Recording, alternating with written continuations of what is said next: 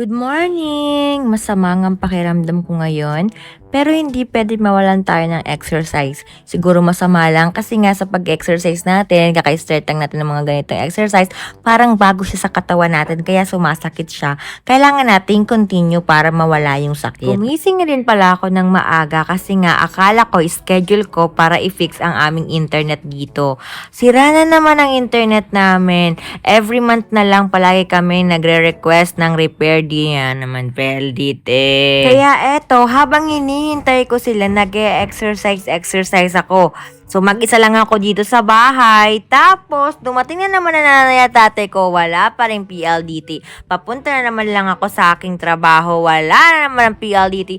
Uuwi na naman akong walang internet. Paano na yan ang pagbebe time namin? LDR to guys. So, LDR oh. Ngayon lang din ako nag-start ng puson exercise kasi sobrang laki talaga ng puson ko. Sobrang laki talaga, malala. Kaya dapat paliitin natin.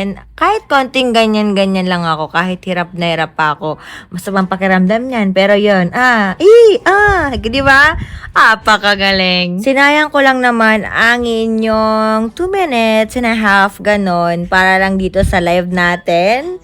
Live ba to? Sa ating mini vlog, not live, sa aking mini vlog. So, eto, magpasalamat ako sa inyo kahit panoorin nyo tong ating pag-aaksaya ng oras nyo. Diba? Importante yung oras dapat. Kaya, sorry na kung nasayang ko yung oras nyo. Basta ako nag-exercise, pwede nyo naman akong sabayan. Dito naman pala, habang naghihintay ako ng mga response or ina-update ko about nga ni, ang kausap ko lang naman ay AI. AI ba ang tawag doon? Basta yung customer service nila, basta bahala na kung ano man yun. Basta yung customer service nila. Kasi nga ni, at ngayon ang schedule ko, pero wala talaga. Baka naman kasi pupunta na naman sila dito, late na naman. Wala kami dito, walang tao sa bahay namin. Kaya ito namang nanay ko, isus may taga-chismis talaga ako. Ayan oh, dami niyang chinichiga. Kaya nakikita nyo dyan sa video. Diba? O, nag-uusap kami ng nanay ko.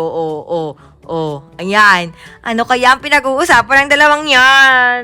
Kaya hanggang dito na lang ulit ang aking video. Short video lang to kasi hirap ako makapag-upload kapag long video. Sobrang tagal. Inaabot ako ng 1 oras para ma-upload yung 6 minutes na video.